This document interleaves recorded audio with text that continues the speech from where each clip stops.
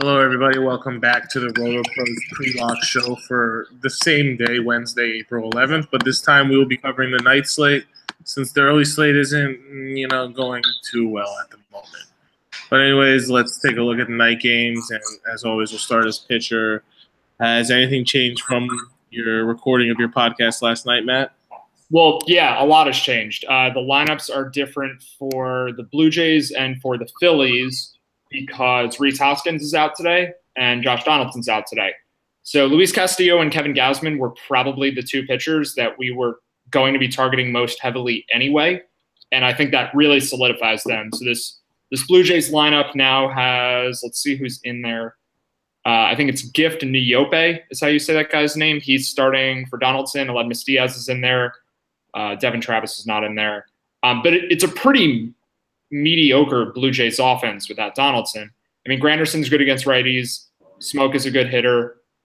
Everyone else is basically average or below average. So I don't think we can really say anything definitive about Kevin Gausman with the velocity dip. He was a little better his second start against the Yankees, but the velocity wasn't all the way back up yet.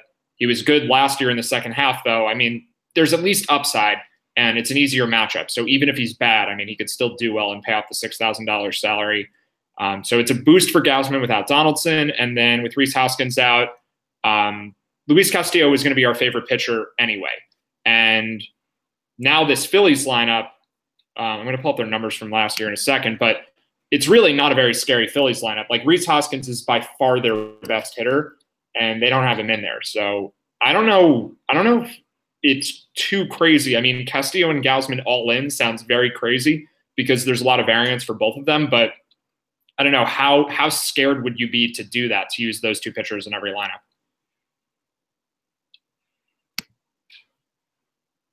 Oh, Nick is muted. Hold on. Did I do that or did Nick? No, I'm back. I had it temporarily muted. Sorry about that. But yeah, those are two pitchers I definitely don't feel comfortable going, 100% on. The matchups definitely do scream that they are in good, spots, but I just can't justify Castillo. I think I can justify going 100 all in on and rotating, Gausman with a couple other guys that we may touch on. Probably one of the two pitchers in the Yankees Red Sox game, but outside of that, there really isn't that many options to use tonight since we don't have the late game. Yeah. I think that, well, I do probably want to mix in Price and Tanaka, but I'll have Castillo and Gausman way ahead of everyone else. Like, I think this could be a slate to just take the best value and play for less money, kind of, I don't know, similar strategy to a couple of the slates this week where the options aren't great, but it's clear what the best options are, and then just diversify by playing for more money tomorrow. So for single entry, if you're making just a couple lineups, I think certainly use Castillo and Gausman in all of them, just because those are the best. Those are the best values. I think we both definitely agree there. But there's upside for David Price. He's a little expensive. There's upside for Tanaka in a tough matchup. He's also a little expensive. Just the matchup for Castillo now. So the Phillies last year, I just lost the link for 1 second. The Phillies last year were 26th in WRC plus at 88. And this lineup they have in today is pretty similar to the lineups they had last year. I mean, Scott Kingery is a good prospect, but I don't know how good he is right away. He's probably an okay hitter right now. Carlos Santana is a little bit of an upgrade from last year, but they did have Hoskins for some of last year. And the rest of these hitters just aren't very good. So I think it's a really strong matchup for Castillo. And if I had to pick one of the two to have in every lineup, then I think Castillo is the guy. So I'd have Castillo ahead of Gausman. And if I'm going to mix in anyone else, I think it'll be Castillo and a secondary choice. Yeah, I definitely agree with you. Pitching, it looks pretty straightforward for tonight between Castillo, Gausman, and mixing in Tanaka or Price. Is there a certain pitcher you lean towards more between Price or Tanaka in that matchup? Well, just on the Vegas line, it looks like it should be Tanaka because the game is pick'em. It's an even game betting-wise, and Tanaka is cheaper. But that's pretty misleading when we're talking about Yankee games because part of the reason that the Yankees would be favored when they have the inferior pitcher is because they have a bullpen advantage in every game. So part of the reason that the Yankees should keep being close or have a 50-50 chance to beat the Red Sox tonight is because they have a much better bullpen than Boston does. Craig Kimbrell is probably the best reliever on either team, although that's debatable. And then after that, I mean, every other good reliever that either team has is on the Yankees. So the starting pitching edge goes to Boston. Price should do better than Tanaka, but he's a lot more expensive. So for me, I think it's just kind of whoever fits. Like I don't have any conviction between the two. I think both are decent choices. And I kind of just, whatever fits better in the lineup. So out of 20 lineups, I think I'll probably have something like 18, maybe even 20 of them with Castillo, 15 or so with Gausman, and then, I don't know, 3 each with Price and Tanaka, something like that. There's no other pitcher I'm looking at all. I think I'm fading John Lester. I'm guessing you are too. I don't like Zach Wheeler because I like the other options in the same price tier more. Is there anyone else you're targeting besides those 4 guys we've talked about? No, I think I'm going to be, heavy Castillo, Gausman, and definitely some of Tanaka. I think Price won't make the cut just because of the, his actual price and the expensive offense that I like in the Angels. Yeah, so let's get to offense. Nothing's really changed for me here either. I think this is going to be a short show because it seems it's pretty straightforward. Yeah, it's only a 6-game slate, and the pitching choices, I think we know who we want. On offense, I think we also know who we want. Before getting into it too much, though, do we have lineups for the Angels and Rangers? Yeah, they just popped in. I have them right here in front of me. All right, what does the Angels lineup look like? Kozar, it's the same thing as yesterday, but we have Calhoun and Ohtani in for Valboy. I'll just read it off. Kozar, Trout, Upton, Pujols, Simmons, Calhoun, Marte, Ohtani, and Rene Rivera. Okay, so Ohtani is tough because he's batting 8th and he's 4,600, and it's a bad pitcher. I don't even really care that it's lefty versus lefty. Matt Moore is bad enough where I think anyone could do well against him. But Ohtani is going to have some ownership just because of the name value now, the hype around him. If there's any Angels player to fade, it's him. But I don't know. If you're going to make a lot of Angels stacks and you can fit him because our pitchers are cheap, then I guess I'd include him in 1 or 2 out of 20 lineups. It's a good lineup elsewhere, though. Kozart's a little pricey, but great matchup. Upton is probably fairly priced now. He was way underpriced in other games, but good matchup for him. Obviously, Trout's in a good spot. And then I think Pujols, Simmons, and Calhoun, especially Simmons and Calhoun, I think those are my favorite plays on the Angels outside of Mike Trout. Calhoun is actually, I think, a decent hitter against lefties.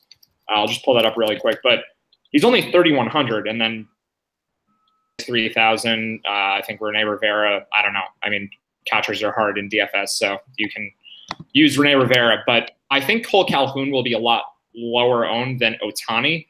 And I think Calhoun is just better at hitting. Maybe he isn't. Maybe that's, I don't know. I should do more analysis, wait and see more on Ohtani because he does project to be a decent hitter in the majors. Calhoun had an 89 WRC plus against lefties last year.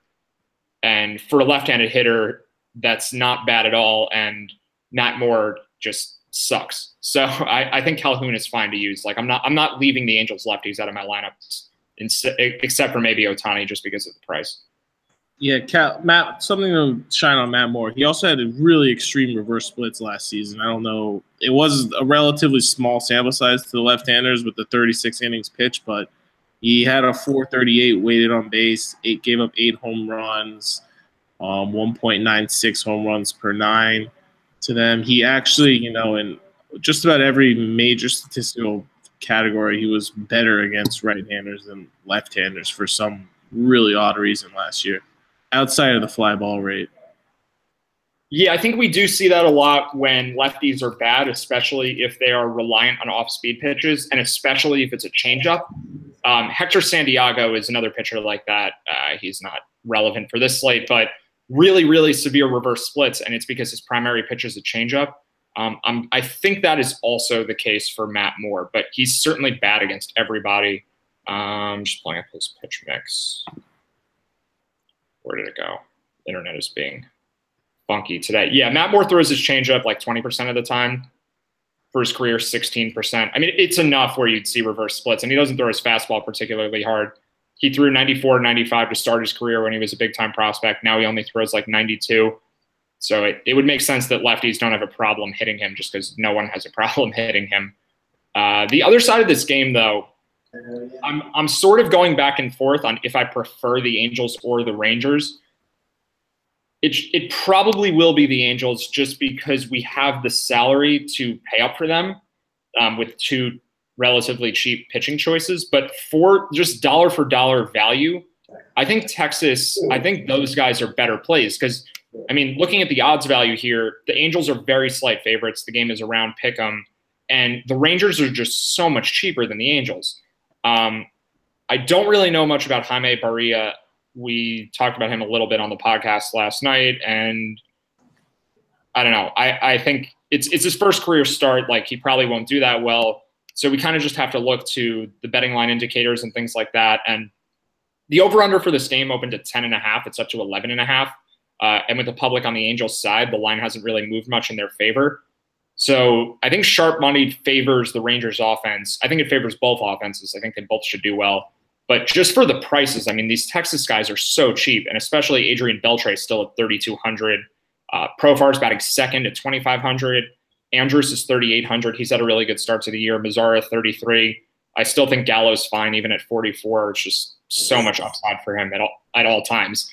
So how do you think it'll break down for you in terms of exposure to the Angels and to the Rangers? But before you answer that, I do think it makes a lot of sense to have game stacks here where you either have 4-4 or 5-3, and all of your hitters are from this game.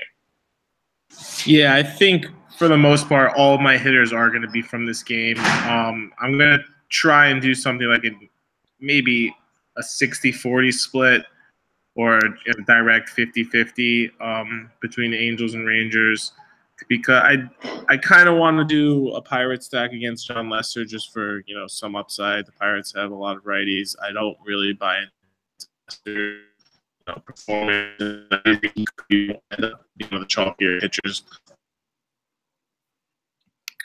It cut out for just a second. Were you saying Nick Pivetta and the Reds? Was that the last team you mentioned there? What? I think our audio is being a little funky. No, I was just saying the Pirates. I wanted to stack against Lester, I think, because I don't believe in Lester, and he, his velocity is down, and I think he will be one of the higher-owned pitchers because, the way the slate is shaping up, the Cubs are the most obvious favorites, and he still carries the name value of, John Lester of the old. Yeah, I think the Pirates make some sense, but I actually – my first and second favorite offenses are the Angels and Rangers, but I'd have some Pirates exposure. There are two offenses besides the Texas game, though, that I like more than Pittsburgh, and I don't think too many people will be on them. Like, I won't call them contrarian, but I think that they'll be less owned than the Texas game. So the Cubs are facing Steven Brault, who's just really bad, and they don't have Anthony Rizzo, but it's a left-handed pitcher, so it's less impactful than out of Rizzo. The Cubs are pretty cheap outside of Chris Bryant, and Bryant's really good. So, I mean, I'm fine using him anyway. 5,400 for Bryant, but we've got Almora 3,100, Contreras 43, Zobrist and Russell are 36 and 37. Baez is 33. I guess Caratini for a catcher punt, 2,300 is fine. But the Cubs have nearly the same implied run total as, well, not quite as high as Texas and the Angels, but they're pretty close, and they're way cheaper. I think there's a lot of upside for the Cubs, and I think they'll have a lot lower ownership than this LA-Texas game, because I do worry a little that we're kind of just going with the chalk here, and even if we're right, such a large percentage of the field will be with us that it's not that much of an edge. So I'm certainly not fading the Angels and Rangers. I think they'll be among my highest-owned offenses, but I might want to have the Cubs, and I think also the Orioles is a similar amount. So I'll get to the Orioles in a second, but what do you think of the Cubs? I like the Cubs a lot. The Cubs right-handers were definitely another team I was planning on targeting. They do seem very, evenly priced. Chris Bryant, as you said, is the most expensive one. He's the only guy over $5K. Wilson Contreras is kind of expensive, but, on a slate where we're going to have to spend our salary somewhere because we like, two fairly cheap pitchers, it's a good idea to go gravitate towards the more expensive hitters. What is the other offense you were looking at? The Mets right-handers against Jarlin Garcia. No. I think Garcia is okay, and I also think it'll turn into a little more of a bullpen game with Garcia being a reliever. So I think the Mets won't get too many at-bats against him, and they'll be facing right-handed relievers a lot. Sharp money also kind of favors the Marlins and the under a bit, and I think that's part of the reason that it's just relievers are better than starters on a per-inning basis, and the Mets, there's risk of guys getting pinch hit for it, but also the matchups just become worse if the bullpen gets in for the Marlins, even though they do have a bad bullpen. I don't think, well, before I get to this other team, I don't think Wilmer Flores is a bad play. He's 3,000 batting second. I think he's a pretty strong value play. And I think you can use Cespedes just because he hits a lot of home runs. And I mean, we will have the salary to pay up for guys on this slate with the cheap pitching. But the other team is the Orioles. And you mentioned Marco Estrada last time he pitched because of the reverse platoon splits that he has. And again, it's a pitcher who is very heavily reliant on a changeup. Estrada last year. Let's go. Okay, well, against lefties last year, 291 WOBA. Against righties, 366. All of his stats were worse against righties, but Estrada is home run prone. Baltimore is a hitter's park. The Orioles have power. I mean, they're very boom or bust offense because they swing and miss a lot. They swing for the fences, but the righties on the Orioles are all basically reverse splits guys. Estrada's a reverse splits guy.